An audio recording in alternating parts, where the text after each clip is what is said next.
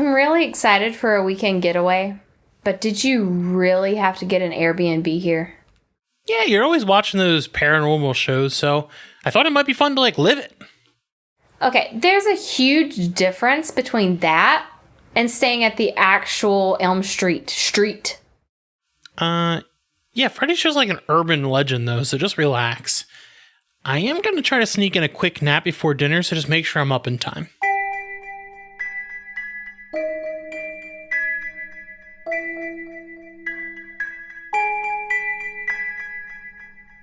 Welcome to Gatecrashers. Today's guest is Fred Krueger. Thanks for having me. Big fan of your work. Well, Fred, thanks. So, on this show, we're hard-hitting journalists, so I have to ask you our big question. What's your favorite sandwich? A knuckle sandwich. A what? I'll show you. Get up! Ooh. I had the craziest nightmare. You really took a nap to make I had a nightmare on Elm Street joke.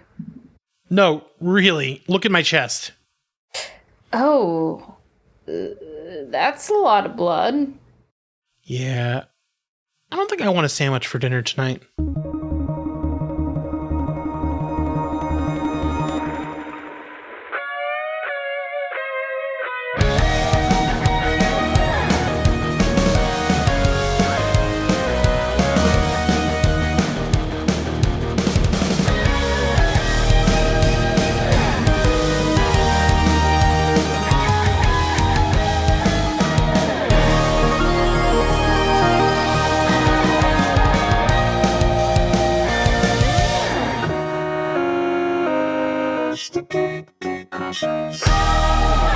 Welcome to Gatecrashers, a podcast dedicated to kicking open the door to your next favorite thing. Our mission, our creed, our code is this: to make all nerdy things more approachable and accessible to everyone. We want you to find a universe that you'll fall in love with. I'm Scarlett, and I use she, her pronouns. And I'm Dan. I use he, him pronouns. On today's episode, we're going to take a snooze to battle the dream crasher himself, Fred Krueger, with The Nightmare on Elm Street. So a quick back-of-the-box blurb. A group of teens begin having the same dream about a burnt man who starts to come after them in their sleep. It's not until each of them goes to sleep forever that they realize that this isn't a dream. When the burned creep in the striped sweater get you in your nightmares, he gets you into the real world too. Can Nancy figure out how to stop the Dream Master before it's too late? It was really hard for me to read Burnt Man because all I could think of was Nightmare on Elm Street. He's burned up like a weenie, and his name is Fred. It's a Will Smith song about Nightmare on Elm Street. And DJ Jazzy Jeff. Sorry, and DJ Jazzy Jeff. I have that later in my notes because... it's one of your favorites. Yeah, well, we'll talk about that. I have a ranking. Yeah, Nightmare on Elm Street is my favorite horror franchise. I've always loved Freddy Krueger. Like, literally sitting in front of my desk, I've got all of the saints of horror, and Freddy's at the center, and Michael Myers is in the bottom corner because he's the worst. But yes, Carl, what is your experience with Nightmare on Elm Street? My experience is that I remember watching Nightmare on Elm Street when I was really young. Our parents were very relaxed with some of the stuff that we watched, which could be a good or a bad thing. But I remember watching Nightmare, and I remembered I had seen, Halloween before, and I didn't really like Michael Myers. I didn't really like Jason until, now that we're watching those movies, but I didn't really like the whole silent murderer guy. I fell in love with Nightmare, and I know Dan doesn't like it, but Child's Play, but because the antagonists, they were campy and they were funny and they had those one-liners, and I think that's what I think of with Freddy. Not only is he terrifying, but he's he's got some sass, and I like that. I really don't like that you said Jason doesn't really have any emotions, because he's very emotive. When he's chasing people and he cocks his head a little bit, he's thinking about something. Nightmare on Elm Street has been one of my favorites since I think it was in elementary school. My friend Joey Lees and our friend Jake Henderson came over to my house and we watched as many as we could through the night. And ever since then, I've just been obsessed. My first horror movie, though, was actually Scream, which is also another Wes Craven film. I watched it from the hallway as my parents watched it when I was very, very young. I watched from the hallway so they wouldn't know I was there. But for horror, for films, it's always like my biggest genre. I think I always gravitate to is slashers because I love those monsters as like iconic, unstoppable forces. So we do want to give a little bit of background on the history of the slasher. So I'll let Scarlett kick that off. All right. So I do have to shamelessly plug Eli Roth's History of Horror, which is a fantastic series if you've not watched it. But I got a lot of like my information from that because it's like this mini series that goes through all of these different subgenres of the horror genre itself. And it's like really great if you're looking to get, like if you're trying to understand why these things are so popular. It does a really, really good breakdown of all of it with a bunch of famous directors, actors, but not just that. A lot of people from academia, which really made me excited to like see actual like people who write papers and books on this. Like there's like film and horror historians in the show. But they have like 2 specific episodes that are directly geared towards the slasher genre. So there's 2 big ideas within horror films that we need to kind of like throw out the window. So the first one is that all horror films are slasher films. That's not true. That's completely wrong. And there's this idea that all horror films are misogynistic and the only people who watch them are men. That is a big stereotype, and I feel like if there's any other, female listeners out there, you might have experienced this before, where it's like, you can't like horror, you're a girl. Because I've experienced that before when I tell people, I enjoy horror movies and I like that. They're like, what? That's cool. It's like the same thing when you tell a guy, like, hey, I'm a girl and I play video games. Same thing. Same kind of response. So it's things that we kind of need to get rid of. And it's this genre of horror films and gearing into like slasher films. It's been vilified. It's been the bad guy since the very beginning, the beginning of its inception. So this idea of like horror and thriller, we kind of go way, way back to like Hitchcock, and he kind of made horror and thriller mainstream, I guess, because people are like, he's a well-renowned, director, and it was great. But then we have kind of moving forward, we start to see that rise of the slasher film in 1974. Do you have something you wanted to interject? Yeah, no, I just wanted to say, like, there was always horror, like, killers and monsters, like Frankenstein, Dracula, all those things before that point, like, in fiction, but, like, Hitchcock really brought the idea away from monsters and more to, like, the killer. Well, the thing with Hitchcock is that he really focused on cinematography. And he made the audience say, like, watch it for cinema and watch it as a film instead of it's a thriller, it's a horror movie. No, it's a film, it's cinema. That was his big thing he tried to push, was like, don't worry about the genre or what it is. Just watch it and enjoy it for the film that it is. Good at movies, garbage human being. So we see the slasher films start to rise, the slasher genre rise in 1974 with Black Christmas. It is the precursor and like the grandfather to like the slasher films. And the slasher film, I think everybody really thinks to as being the first was Halloween, directed by John Carpenter, who, another shameless plug, I got to make laugh. And I made his day at a convention, and that I will always have that in my memory. He stopped the panel to make you stand up. How many people can say that? Yeah, John Carpenter, director of Halloween, talked to me, and it's fantastic. Yeah, I fully understand that Halloween is like the big one, like the first slasher, but I just a lot of people, the thing about Halloween is that even non-horror fans watch it. Like, even non-horror fans Michael's know boring. of it. He just kind of he's a stalker. That's all he is. He just follows you. There's like nothing. There's nothing that pops about him. The dude wears a William Shatner mask. He can't be that scary. But it is the first film that created the final girl trope. Right. And this final girl trope is the idea, like a trope that we see in all horror films, that there is this female. Most of the times she is a virgin. Who is the last girl. She is the last one to survive and really, in a sense, lose her innocence. We think of virginity as innocence and purity, and she is the last one who loses that as she kind of goes through this hellscape of trying to escape the villain, the horror figure.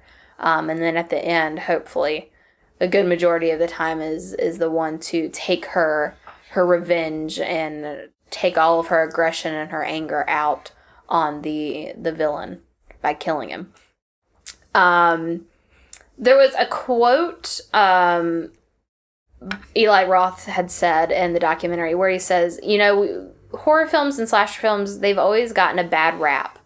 And a lot of critics never really hold them up to high regards. And he said that blood stains your eyes. So once you see that initial kill, a lot of critics can't get past that. So they only see it for the horror and the graphic nature that it is.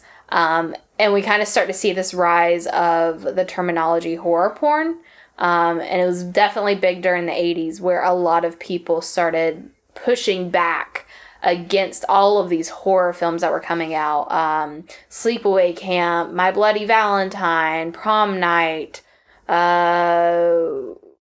what's a few others? Slumber Party Murders, Slumber Party Killers. Female director for that one. The Friday the 13th, Halloween.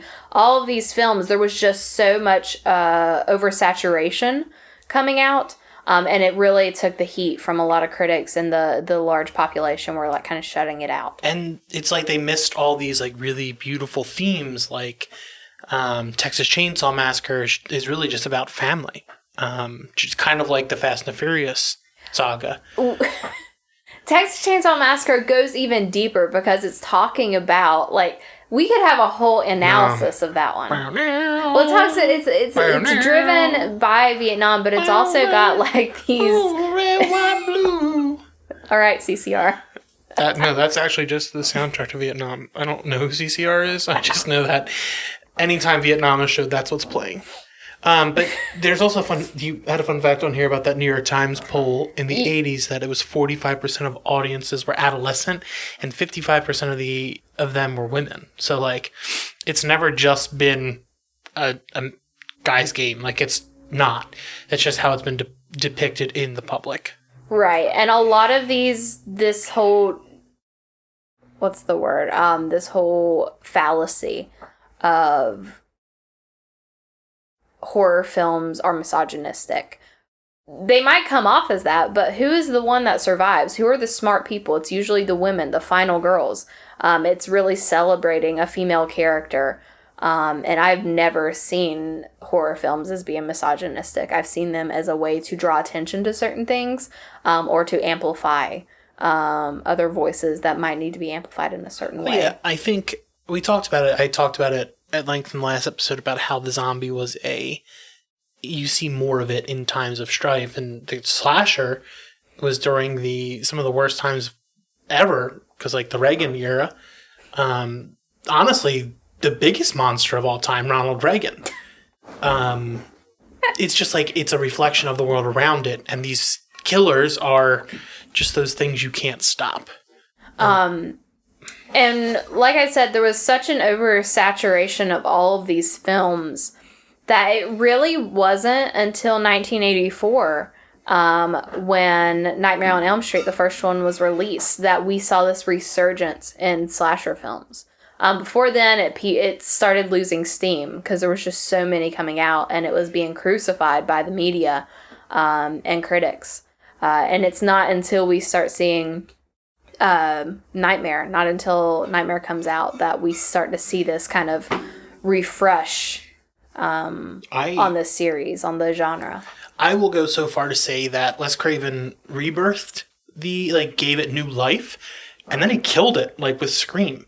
Like, the writer did all this stuff, but Wes Craven made a satire of the slasher genre, pointed out all of its flaws, all of its tropes and things like that, and flipped it on its head with Scream, which is an incredible movie, which is a satire of the genre, and then that created the parody series Scary Movie, which is wild that all of that happened, and that's just where slashers kind of stopped, because after the 90s, you have like a post 9/11 America where horror became obsessed with torture, and as it said, it's a reflection of the world around it.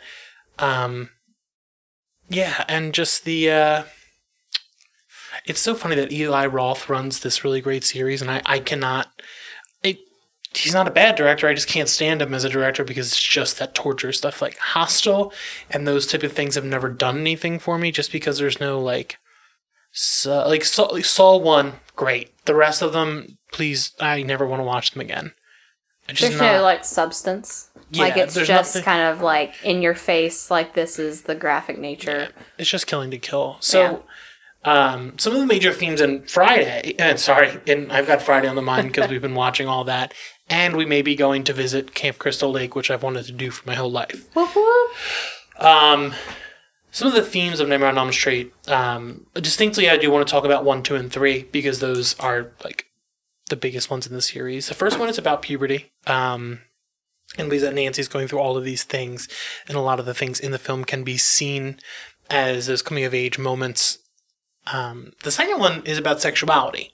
The second Nightmare on Elm Street deals a lot with the undertones of homosexuality, and this the lead was a man instead of a Scream Queen. So there's a great documentary called Scream Queens about Nightmare on Elm Street 2 that talks about the lead actor who was gay and dealing with all of that during a time that his people, and still today, that people are hated and ridiculed. So it's him dealing with that, and that there's this monster inside of him that he's trying to grapple with to come out in the world around him. And the third one, the absolute greatest horror film of all time, Nightmare on Elm Street 3, Dream Warriors, is about self-discovery, figuring out who you are, and being yourself. Which I will go to the mat time and time again that Nightmare on Elm Street 3 is the best horror film of all time. They essentially become the X-Men and fight Freddy in the dreams because all of them have their own powers. In my dreams, I am beautiful and bad. So, that's his favorite scene. That whole movie is just so good. Who may like this story? Who may like this series? Honestly, if you're into horror at all, I think if you haven't seen it by now, it is really worth checking out. I think it's one you have to see. I think if you really want to get into horror films, I think you have to see like those top like 4 or 5. You need to see Friday the 13th. You need to see Halloween. You need to see Nightmare on Elm Street. You need to see Scream, Texas Chainsaw. Like, there's, like, even Child's Play. Like, when you think of, like... No, I'm saying, when you think of these horror icons... Yeah, Chucky's still up there. He's a little dog. You just punt him through the roof. But he's still, like, has made a cultural impact. Yeah, no, absolutely. Like, these quote-unquote... Like, it... Holy... Wow, I'm having a revelation right now. So, you know Stretch Armstrong, like, that idea, that toy, like, you could pull it? When I was a kid, they had a series of slasher ones. I remember these. And like you would squeeze them, and they would the goo would go around. I had Ghostface, and like there was. I think my brother Who sold those to kids? I think my brother had a Freddy not Chucky? A Freddy. No, I think Jason? he had a Jason one. Wow, who was selling those to kids? But yeah, honestly, it's super campy too, so there's a lot of laughs. It is a great film to watch on Halloween, as you will be listening to this episode on Halloween. Surprise. You can pretty much get it anywhere. There's Blu-ray collections, there's streaming, it's on Amazon. It's on, I know Sci-Fi has a full day marathon on, I do know if they do it on Halloween, but I also think they do it on New Year's now instead of... Twilight Zone? Well, I feel like they did it like recently because they were showing 1, 2, and 3 on TV the other day. You can pretty much catch Nightmare on Elm Street any October, anywhere. We're lucky enough to see it in theaters once, which was cool. I don't know if streaming networks. I don't think it's on Netflix. It's not on. Is it on Amazon? Yeah, it's on Amazon. You have to pay for it though. And it was on Shudder for a while, but Scarlett, do you want to tell us a little bit about who created it? All right. So, as we mentioned earlier, the director is Wes Craven, R.I.P. What? You got to give props where props are due. So Wes Craven was the director. It was produced by Robert Shea, and the production company itself was New Line Cinema. And New Line Cinema hadn't really had a good hit. They had been around since, I think, 74, 75. They didn't have a successful franchise. Right. They didn't have really anything that had kind of kept them afloat, I guess. They were a little struggling. But when Wes Craven did Nightmare, it came out in 84. And it kind of revitalized New Line Cinema. And they quoted it as saying it was the house that Freddy built. Yeah, anytime I see the New Line Cinema logo, I think of Freddy. Yeah. Freddy was played by Robert Englund. And then Nancy was played by Heather Langenkamp. Robert Englund, we almost so he was actually in town. They have a Monster Mania around here. And it was my birthday. I was like, oh, I really want to meet him because he's one of my icons. It was like 100 degrees that day, and the line was throughout the hotel, wrapped around 3 times, down through the signing hall, and then outside around the pool 3 times. I was like, you know what? I don't really want to meet anyone that much. So, I did get to meet him. Maybe in the future, I hope. Do you imagine if you could get Robert Englund on the show? Yeah, I'd probably. It would be really hard for me to talk to him as I'm crying the whole time. So, can you tell me what's your favorite sandwich? And this is the part where we're going to break. So, go watch the movie. Go watch the movie and then come back and listen to us talk about it. I don't want to give any spoilers, but yeah. So, we will see you after the jump.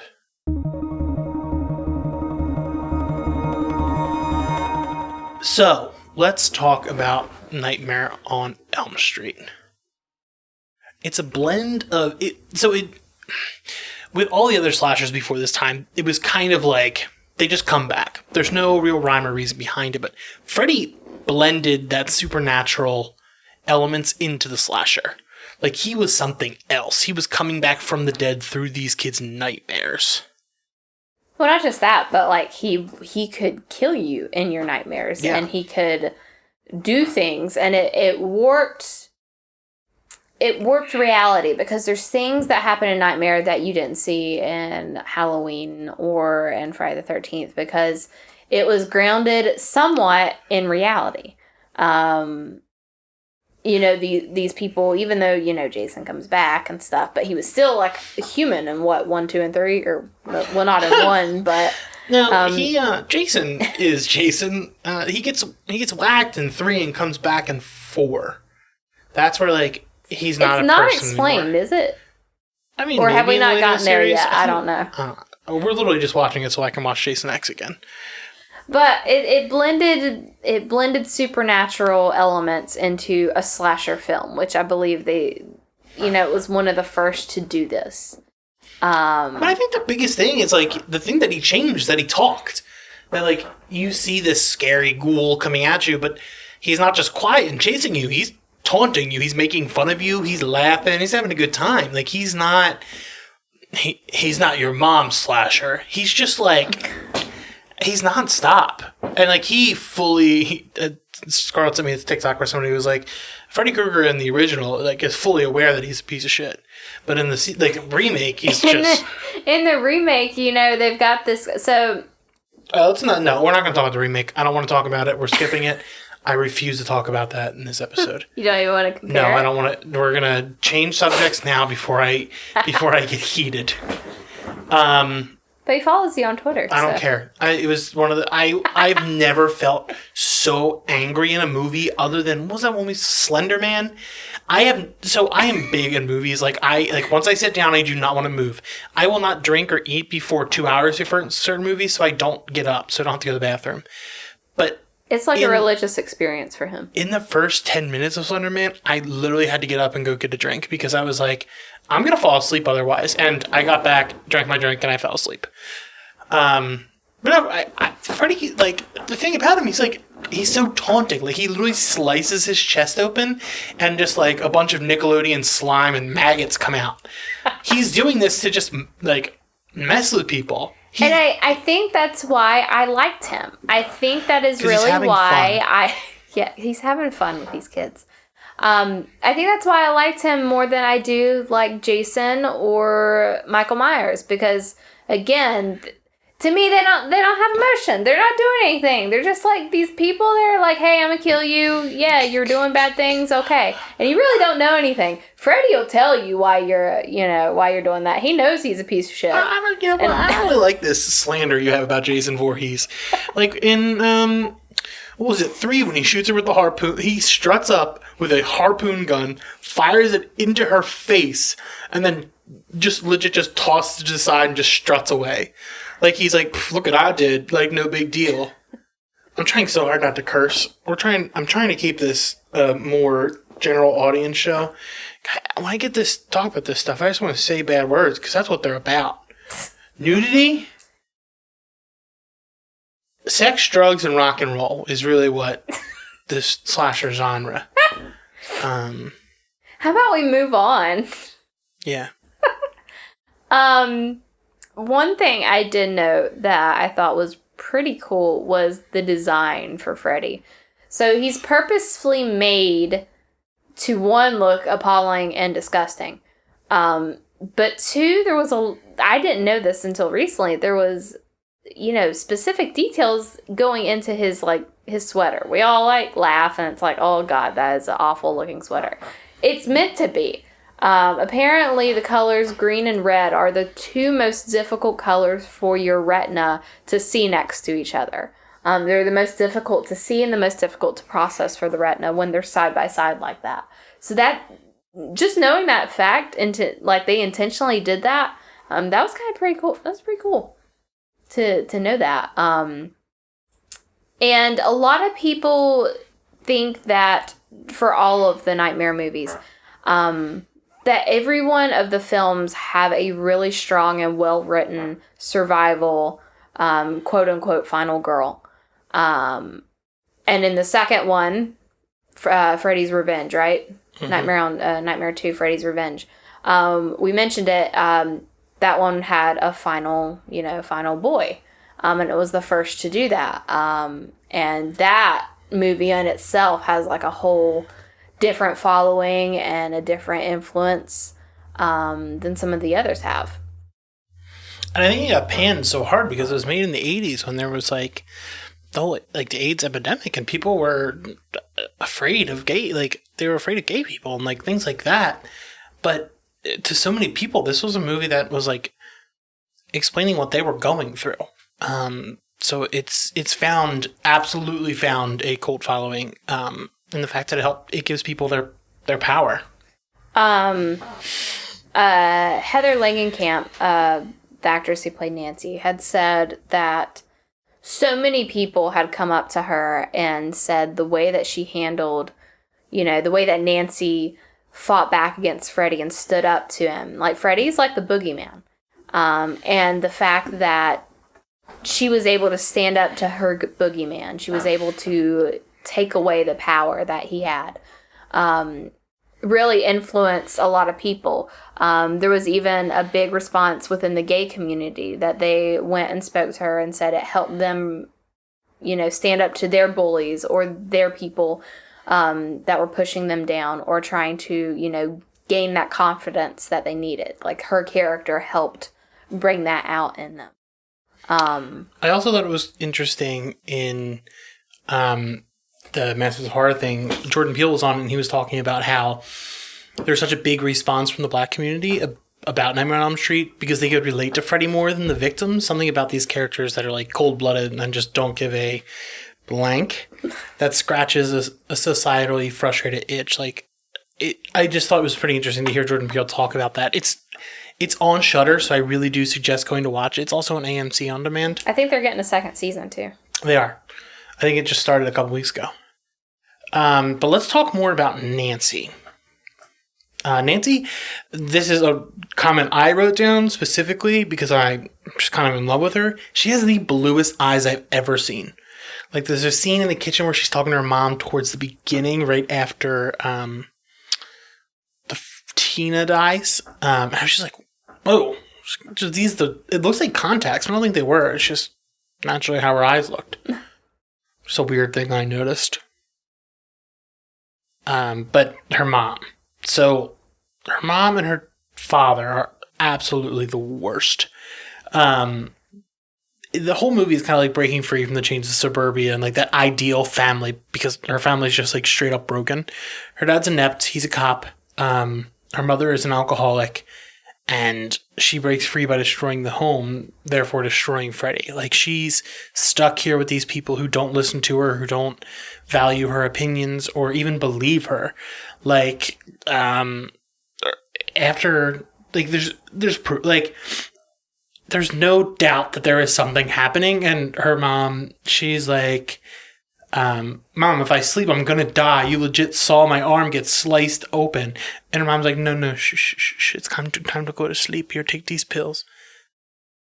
I question the moms, and the father in this film, in really all horror films, because it seems like the parents are usually the idiots.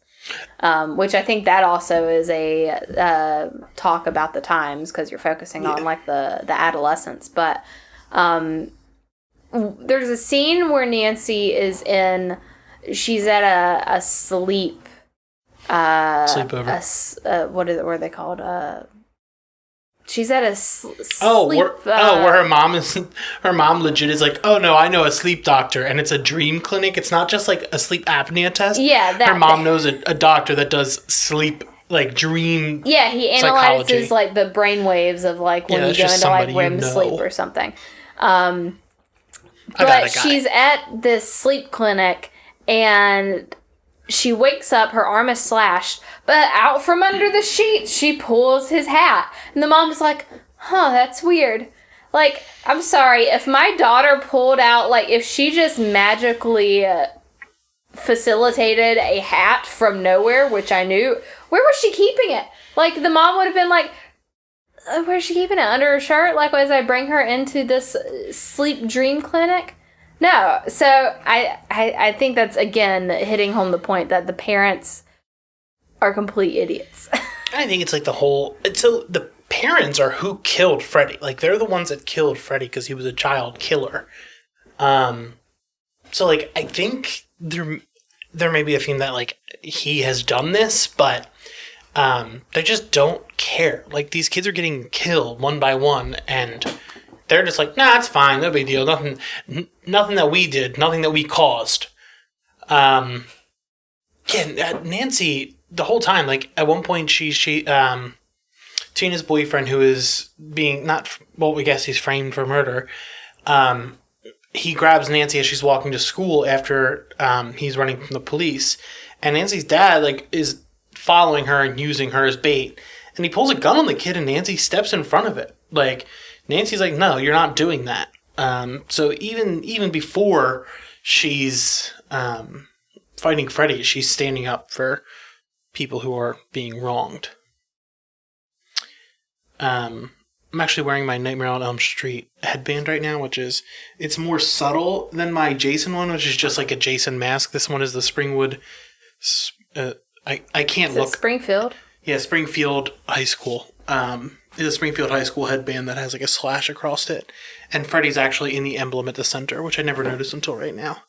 The school has one of like the best scenes in all of horror, where Nancy is falling asleep, and the teacher was, what was she in? I'm pulling up her name because she's fantastic and I love her. Yeah, she's in Insidious. She's in Insidious. She played the psychic, Lynn Shay. Lynn Shay is a teacher, and they're learning about Hamlet. I know her from Detroit Rock City. Any fans out there, that movie, which is also a New Line Cinema movie. Yeah, it didn't make them the big bucks though. No. My favorite part of the scene is the teachers, like, they're talking about Hamlet, and the kid is giving us colloquy about grave diggers, and the teacher just pat her on the back. It's like, sorry, your friend's dead, but we still going to talk about this. But that whole scene, like, she sees her friend in the hallway, and then in a body bag, and then the body bag is gone, and there's just like that blood dragged across the hallway, and then she sees the body bag get dragged away. That's like sticks with you. I like the part with the hall monitor. That one's pretty funny. As she's leaving her class, clearly she's dreaming at this point. She leaves her class, and like the hall monitor is like, "Where's your pass?" And she's like, "Just screw your pass. I've got this body I've got to go follow." And the hall monitor is just wearing Freddy's sweater. And again, that's just that's Freddy messing with him. He's like, "Hey, look what I can do." I wrote that scene actually reminded me of Scream, where Freddy, there's a janitor in Scream at the high school that is in this Freddy sweater, but it's actually Wes Craven. So that made me laugh. I think it's reverse. I think the scene in Scream is supposed to make you remember the scene in Nightmare. Did I say reverse of that? No, you were saying that the scene in Nightmare reminded you of the scene in Scream. Because I'm thinking of that, but it's also a callback to that. That's a callback, honey. Yeah, I don't want to hear it. That the way she says "screw your pass," and when she's talking to her mom, she's like, "Krueger, Mom, Fred Krueger." Those are some of the lines that, like, just the way she delivers those lines have stuck in my head forever. And she's the only person that figures out, like, to beat Freddy, you just can't be afraid of him. Like, he's feeding on your fear. And she turns his back and she's like, "I'm not afraid of you." And he like vanishes. Maybe. She gets a gray streak in her hair from fighting Freddy, which my note is just the gray streak in Nancy's hair. I just thought, I just got to give you that little insider information from the notes that I took. Well, again, I think what the gray streak is hinting back at this idea, like, you can be scared, like, so much that your hair turns white. I think that's calling back to, like, that whole, like, what, it'd be an old wives' tale or something. Yeah, but like also that, the fact that she's growing older. Like, that, like, even dealing with the puberty thing, like, the gray hair is a symbol of growing old. Mm-hmm. But enough about Nancy, let's talk about Freddy. Freddy, so every slasher has their weapon. Leatherface has the chainsaw. Jason has his machete. Michael Myers has, I don't know, I guess a butcher knife or something. Who cares? He's got just a knife. Oh, yeah. Ooh, so scary, Michael. He kind of uses whatever he can find lying around in the kitchen. Good job, Michael. You brought a knife to the big machete fight. Good job. Candyman's got his hook. Loser. Nerd. Yeah, Freddy's got claws. He's got finger knives. So in the beginning, I don't know. It's just like he takes like straight razors and welds them together onto this pair of gloves. And it looked like the gloves that he has also, like, they're torn. They're like they're gross. torn and disgusting and gross. It's like Fred Krueger was like, "You know what? I'm doing this. I don't need to go out to the appliance store or the hardware store and get a nice set of sturdy new gloves. No, I'll just use these that have been laying around collecting oil and dust in this boiler room." Yeah, just Freddy Krueger. The boiler room is also super cool to see that all the time, because that is a reoccurring location you'll see in all the films pretty much. Yeah, Freddy, the first time you see him, he's walking down the alleyway behind the house. And he's super scary because he's in the shadows, but he's just got these long, noodly arms for some reason that, like, scrape against the buildings. And it's just like, maybe at the time it was scary, but now it's just like, "Fred, what you look like a pool noodle over there. What are you doing?" But then he follows it up by putting the claw next to his face and just going, "No, this is God." Which is awesome because, like, through the beginning of the film, so when Tina wakes up after seeing Fred for the first time, she's got a cross behind her, and the way it's shot is the cross is right over her shoulder, so she's protected. There's this cross over her, and Freddy can't get her because God or whatever. But later, when Nancy's sleeping in that room, she's holding the cross. And that's when you see that iconic scene of Freddy pressing against the wall, like the rubber wall where he's coming through. And then she she like moves the cross and he goes away, but then she puts it on the wall and he can't come back out again. So it's so cool to see all of this stuff and then him deliver the line, "No, this is God. Like, there is no God that can stop me." That also, I had seen somebody kind of comment on it tying back into the themes of puberty. It's such a cool practical effect, and I would love to see how they actually filmed that. But it's Freddy above her, and it's pushing through the wall, and it looks like so rubbery, and it looks like not cellophane, but it's fabric. It's I think it's fabric if memory serves me correct. It's a one of those, like, I don't know. I'm not a it's like a fabric that looks like it suctions. A seamstress, a tailor. Yeah, I'm not a tailor or a seamstress. I don't know that stuff. But tying back into the thought of puberty, it's this idea that Freddy is this bad thing. And the sheet in front of him would be something like a, protection for teenagers and, adults. And so I kind of thought that was cool that somebody had drawn that connection or thought that was a connection tying into this themes of puberty. Because, again, Nancy is our final girl, and she is supposed to be this idea of innocence and purity, and we tie that with virginity. So I thought that was kind of cool. Point that out. Freddy, I think we need to talk about, Freddy's just a really horny character, just in general. Does a lot of tongue stuff. He makes a lot of, anyway, he's just horny. And you see this in the film through his phone etiquette. If you've ever heard the song by Soulja Boy, "Kiss Me Through the Phone," Freddy takes that to a whole new level. When Nancy picks up the phone to call her boyfriend, instead of hearing her boyfriend, she hears Freddy say, "I'm your boyfriend now, Nancy." And his tongue wiggles out through the phone. And it's just may have been scary then. Now it's just horny. It's just who he is. He's just there's something special about Freddy. He's just wild. When Tina is running away from him, he could kill her at any point, but he stands there and he goes, "Look what I can do," and slices off his fingers, and there's blood oozing out, and he's just "Woo, look at that." It's not even blood. It looks like it's green. Yeah, I told you, he's full of Nickelodeon slime. The funniest thing I think is also whenever he's running after Tina, he's just waving his arms. Yeah, he's having fun. He's "I'm gonna get you." He's having a good night. He's just having a good time. Which I respect that. I respect somebody who enjoys their job. It's his profession. He loves his profession. There's also this movie has a lot of iconic scenes like that, the being sucked into the bed and the blood coming out, which is so much more gratifying to watch nowadays. Yeah. The bathtub scene, which Nancy's in the tub and her legs are spread and the claw comes up between them out of the water like Jaws. And it's just one of those scenes you see in every clip show. It is one of the coolest framing shots I think ever.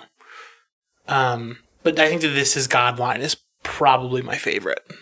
So it's between that, the door in Texas Chainsaw where he bashes the door and grabs her and pulls her in. I'm trying to think of some other ones. Some other iconic horror frames that I love. It's fine, we'll figure it out later. But yeah, I also, something that is personal to me, as you may know, I truly love Spider-Man 1 with Willem Dafoe and Sam Raimi.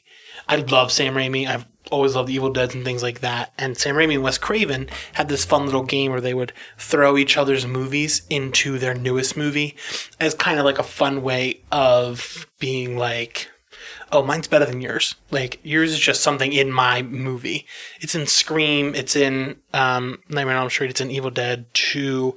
There's a poster for The Hills Have Eyes because there was a Jaws poster ripped in The Hills Have Eyes to say that Wes Craven's movie was scarier than his. So Sam Raimi did it as a joke to Wes Craven, and Wes Craven's like, let's do this. And they just kept going back and forth and doing it.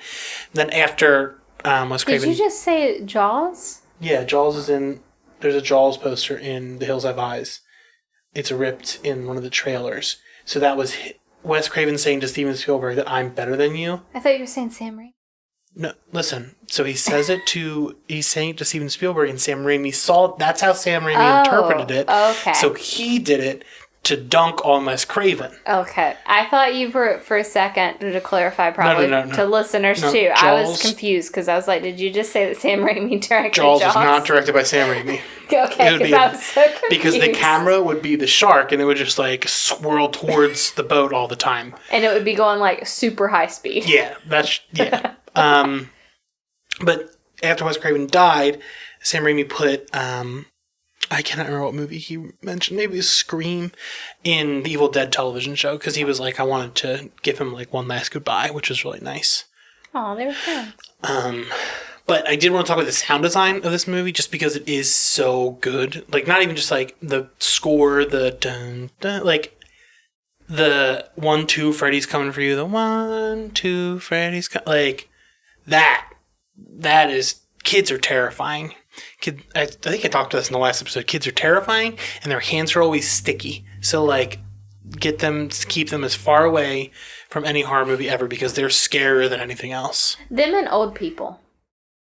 I don't really care for either of them. So. Well, I feel like kids and old people are the most terrifying you're just still mad about what's that movie that is hilarious? It's The Visit. The Visit. It is so funny. When the grandmom's running after her naked, it's hilarious. But that is not okay. You cannot tell me you will not be terrified if you saw some old woman running after you naked. I would be scared. Or trying to chase you underneath the house. Well, I'm gonna get you. I could probably handle it. I'll be honest with you. I don't know. There's just something about kids and old people in horror films that I don't mess with. I think kids in general. But talking about sound design, I know Scarlett mentioned it earlier, but I do want to give you a definite ranking of Freddy Krueger songs. So there's only 3 in this category. Number 1, the greatest track about Freddy Krueger of all time, because Freddy also raps in it. It is Ready for Freddy by the Fat Boys. Second up is Dream Warriors by Dokken. All of Dokken's music sounds the same. Scarlett's going to be really mad that I said that. I'm very upset that you misspelled it wrong. You spelled it D-A. It's D-O. Oh, yeah. Okay. I spelled Dokken wrong. Yeah, but you could have spell checked. I don't need to. Who cares? Dokken, Dream Warriors is a great song, but it also sounds like all their other songs. Dokken is a fantastic band if you love the 1980s hair bands if you like and hair one metal. Sound. That is my music. That is the music I grew up with. Dokken, you got Into the Fire, you got Dream Warriors. You got your Dokken.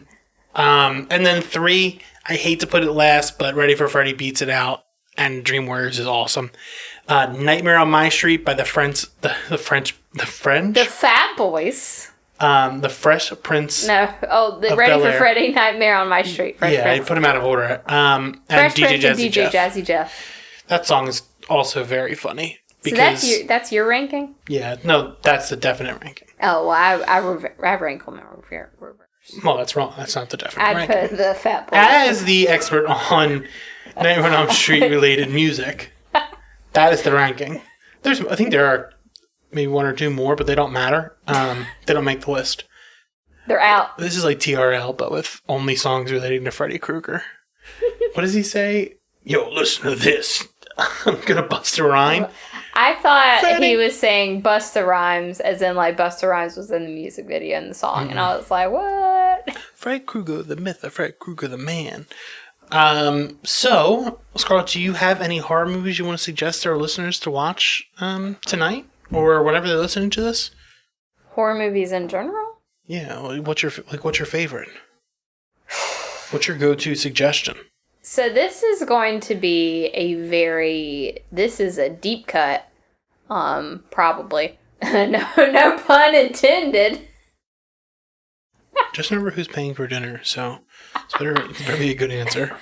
So, my all-time favorite horror movie is, I believe it is